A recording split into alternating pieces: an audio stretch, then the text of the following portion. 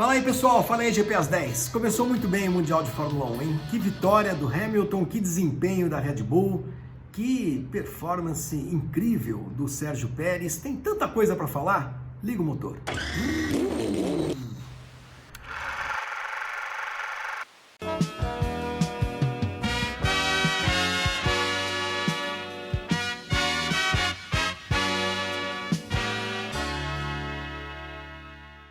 Bom, começou com uma grande corrida, né? O Grande Prêmio do Bahrein começou com uma vitória da Mercedes e muita gente, os mais desavisados, vão olhar para a folha de resultados e dizer: puxa vida, tudo igual ao que era antes. A Mercedes ganhando de novo, vocês todos falando aí a semana inteira que a Red Bull era a favorita e ganhou o Hamilton. Pois é, foi igual, mas foi diferente. Essa é a essência do que aconteceu no Bahrein nesse final de semana. Igual no resultado, né? Se a gente olhar de 2014 para cá, desde que começou a era híbrida, a Mercedes só não ganhou prova de abertura do Campeonato Mundial duas vezes, em 2017 e 2018, que foram vitórias do Vettel na Austrália, mas em todas as outras a vitória foi da Mercedes, nem todas elas do Hamilton, né? Hamilton tinha vencido pela última vez, uma prova de abertura do campeonato em 2015. Mas de lá para cá, revezamento, Rosberg, Bottas, Mercedes, praticamente ganhando tudo. E aí ganha de novo justamente no ano em que todo mundo está dizendo que a Red Bull é favorita, ou que pelo menos começaria o Campeonato Mundial como favorita. A verdade, gente, é que o Hamilton ganhou muito por conta da estratégia da Mercedes e por um erro do Verstappen no final da corrida, quando ele, recuperando o terreno, depois dos dois undercuts, que a Mercedes deu nele, né? O Hamilton deu nele, ganhando a posição em pitstops, parando antes, mas o Verstappen sempre com uma condição melhor de pneu para alcançar o Hamilton, tanto na primeira metade da corrida quanto na parte final. O Verstappen finalmente chegou na volta 53 das 56 para passar e passou. Só que passou onde o Hamilton fez ele passar, por fora da pista, por fora dos limites da pista. Não sei se eu estou exagerando aqui, superdimensionando a genialidade do Hamilton, mas eu tive a impressão que ele meio que armou uma arapuca para o Verstappen. Faltavam 3 voltas. Dava para esperar um pouquinho mais, o carro estava mais rápido, ele estava tirando um segundo por volta praticamente desde o segundo pit stop, né, o Verstappen. E aí foi passar justamente num ponto onde, para passar por fora, você só consegue se o outro piloto der uma esticadinha ali, der como é que se chama? Como é que a gente fala? Uma embarrigadinha na curva, esqueci a palavra, uma espalhadinha, lembrei. Se o cara der uma espalhadinha, o outro só consegue passar por fora dos limites da pista. Tanto que ele passou e o Hamilton imediatamente no rádio já falou: olha aqui, passou por fora. E na curva seguinte, 2 curvas depois, a Red Bull avisou o Verstappen para ele devolver a posição, senão ele seria punido. Eu acho que o Hamilton armou essa arapuca, meio que assim, vamos ver o que acontece, aí que o cara cai, né? E caiu, porque dava para esperar um pouquinho mais, sim. Ansiedade, falta de experiência? Não, é um duelo entre 2 gênios, só que um é mais genial do que o outro. O Hamilton ganhou uma corrida tendo um carro inferior, o que é muito raro para ele, na carreira dele, né? Porque o Hamilton passou a dominar o Mundial de Fórmula 1 no momento em que a Mercedes estabeleceu uma hegemonia e que ele ajudou, é claro, a transformar esse carro no melhor carro do mundo, mas talvez ele nunca tenha tido tanta dificuldade para ganhar uma prova quanto teve nesse final de semana no Bahrein. E isso valoriza, é claro, o resultado e valoriza o campeonato como um todo. Dá a entender, dá a impressão de que a gente vai ter uma disputa entre esses dois muito acirrada o campeonato inteiro. É claro que depende um pouco de como a Mercedes evolui, né?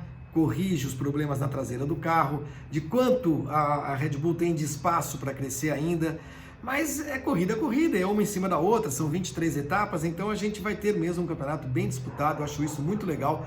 A única coisa que não foi tão legal nessa prova foi ver que o segundo pelotão continua tão distante quanto sempre esteve, né?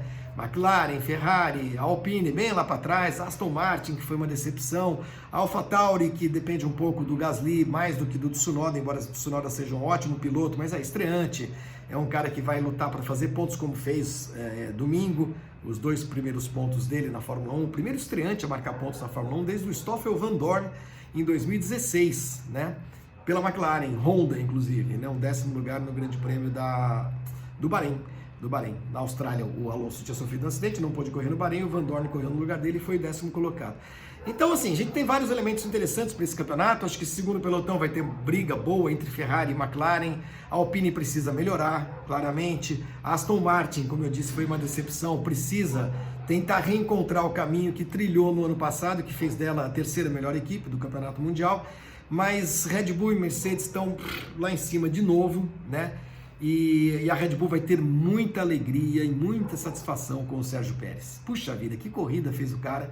O carro dele apagou na volta de apresentação, largou do box, chegou em quinto. Fez uma parada a mais do que quase todo mundo, né?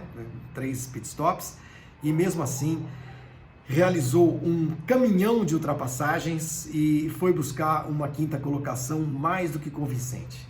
Olha, foi uma ótima opção que a Red Bull fez pelo Sérgio Pérez, porque ela vem correndo com um carro só faz muito tempo, e agora com 2 caras fazendo pontos e lutando por vitórias, incomodando a Mercedes, né?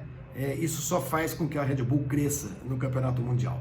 A vitória do Hamilton foi justa, merecida pela estratégia muito bem executada por ele e pela Mercedes, né? E o cara chega a 96 vitórias na carreira, um número impressionante, vai bater no 100, sem dúvida. E mais do que isso, estabeleceu um novo recorde nesse final de semana, como o piloto que liderou mais voltas na história da Fórmula 1. O recorde era do Schumacher, com 5.111 voltas lideradas. Na altura da volta, anotei aqui, na volta 43, né? O Hamilton bateu esse recorde, chegou a 5.112, com mais 13, 5.125, foi isso que o Hamilton terminou acumulando, né? Foi esse valor, foi essa quantidade de voltas na liderança que ele terminou acumulando ao final do Grande Prêmio do Bahrein. É um fenômeno, é o maior piloto de todos os tempos, heptacampeão do mundo, que tem mais poles, que tem mais vitórias e que pode ter mais títulos também. Só que, ao contrário das últimas temporadas, a gente não pode olhar para o Hamilton só porque ele ganhou a primeira corrida do ano e dizer, vai ser campeão. Aliás, nos últimos anos ele não ganhou a primeira corrida do ano e a gente dizia a mesma coisa, vai ser campeão, e foi. Esse ano não. Esse ano o adversário tem peso, a Red Bull evoluiu muito, a Honda evoluiu muito e o Verstappen é um pilotaço. Se é verdade que ele deu uma bobeadinha involuntária, né, no final dessa corrida, também é verdade que vai ter circuito aí, vai ter pista em que ele, se ele largar na pole, ele vai ser capaz de controlar a corrida, né? O Hamilton teve uma atitude muito sólida, né? Uma pilotagem muito sólida na corrida de hoje, não deixando de hoje. Eu estou gravando hoje domingo, mas esse vídeo está indo ao ar na terça-feira. Então, na corrida do domingo, o Hamilton não deixou o Verstappen escapar em nenhum momento, né? Ele ficou a 1,5 segundo, 1,5 segundo, até a primeira parada, e quando ele faz a volta de retorno à pista, né, com pneus novos, ele desconta um temporal e aí consegue assumir a liderança para só perder naquela partezinha final da corrida, no momento em que o Verstappen de fato podia ter escolhido um ponto diferente, quem sabe, para fazer a ultrapassagem e ganhar a primeira prova do ano. Foi muito legal a corrida, foi muito legal ver o Tsunoda lutando por pontos e conseguindo, apesar de uma largada um pouquinho ruim. McLaren e Ferrari foram as equipes que conseguiram também mostrar um desempenho razoável no sentido de pontuação, né, com o Leclerc em sexto, o Sainz em oitavo, 2 carros da Ferrari estão pontuando, Norris em quarto, Ricardo em sétimo, os 2 carros da McLaren pontuando também. Mas, de novo, longe de competir com o Red Bull e com Mercedes, longe disso, né? O que me decepciona um pouquinho, me frustra um pouquinho, porque eu achava, pela proximidade em que todo mundo teve na pré-temporada e também nos primeiros treinos livres, especialmente no Bahrein, eu achava que esses caras teriam subido um pouquinho, se aproximado um pouquinho das outras duas, mas isso não aconteceu. Dos estreantes, o Tsunoda, como já dito, é melhor de todos, claro. O Mick Schumacher fez uma corrida protocolar, não fez nenhuma besteira, e o Mazepin mostrou aquilo que é uma porcaria de piloto. Logo na primeira volta rodou sozinho e bateu. Isso vai ser uma tônica desse ano, vai fazer com que a Haas fique lá na última colocação do campeonato, garantida, né? Próxima etapa, Imola, pista diferente, pista veloz e mais estreita, né? Old fashion. e a gente pode esperar uma boa segunda etapa também do Campeonato Mundial. Uma última palavrinha sobre a TV Bandeirantes, que estreou na Fórmula 1, voltou a transmitir Fórmula 1 depois de 40 anos, né? Acho que foi uma transmissão correta, com a corrida rolando, com a bola rolando, como a gente costuma dizer no futebol. O pós-corrida muito bom, para quem não via pódio, fazia muito tempo em TV aberta, a gente voltou a ver o pódio e ainda teve uma canjinha com algumas entrevistas e um debate ali nos estúdios, que acho que agradou bastante as pessoas que gostam de Fórmula 1 e que têm fome de informação, né? Tem apetite, querem ver tudo, tal, é muito legal. O pré-corrida também foi bastante longo, bastante intenso, um pouco caótico em alguns momentos, mas enfim, daqui a pouco a emissora encontra um padrão, né? E vai com ele, espero, até o final do ano, sem muita diferença em relação àquilo que era feito na Globo, exceto pelo tempo de transmissão, mas eu digo sem muita diferença pelos nomes, pelas pessoas que estão trabalhando nas transmissões da Bandeirantes, que são todas elas, sem exceção, oriundas da TV Globo, desses últimos anos de TV Globo. Então não faz muita diferença nesse sentido. Eu percebi que muita gente ficou muito eufórica, muito excitada com a história do Piquet chamar a Globo de Globo Lixo, numa entrevista ali no estúdio antes de começar a corrida. Eu achei apenas uma grosseria, eu acho que, inclusive aquelas pessoas todas que estão lá devem tudo à Globo, a carreira delas, né? As carreiras deles todos, é claro, o seu talento, o seu conhecimento, a sua capacidade, mas que tudo isso só foi possível demonstrar pelas lentes, né? E microfones da TV Globo. A grosseria ficou restrita ao Piquet, mas eu acho que esse tipo de coisa não... Essa expressão é uma expressão meio de bolsominion, né? Está muito ligada a seguidores do asqueroso, né? E o Piquet é um pouco isso também, né? Eu tenho uma profunda admiração pelo Piquet, profissional que eu digo como piloto. A história dele é uma história única e maravilhosa. E pessoalmente também, sei de coisas muito bacanas que o Piquet faz na vida dele pessoal. Mas a gente não deve misturar as coisas, né?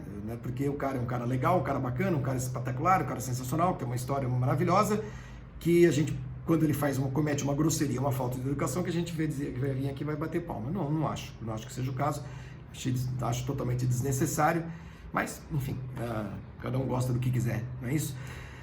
Então é isso, gente. Uma boa semana para todo mundo. Valeu, foi um bom começo de temporada e preparem-se, porque vem aí uma disputa muito intensa até o fim do ano. Essa primeira corrida deu a entender que isso vai acontecer. Uma disputa muito intensa entre Hamilton e Verstappen, né? Esses dois, não vou nem dizer Mercedes e Red Bull, né? Porque o segundo piloto da Mercedes, o Bottas, é um piloto medíocre, no sentido de médio mesmo, não é um protagonista. O Pérez pode vir a ser, mas eu acho que o Pérez vai ser mais útil para a Red Bull como um todo do que propriamente para o Campeonato Mundial, como um grande protagonista, né? A gente vai ver grandes corridas do Pérez, mas não acho que a gente vai ver o Pérez brigando pelo título, principalmente porque o outro piloto da equipe é o Verstappen, que é um piloto excepcional. Um abraço, até a próxima e vamos torcer para que essas previsões se concretizem ao longo do ano. Valeu!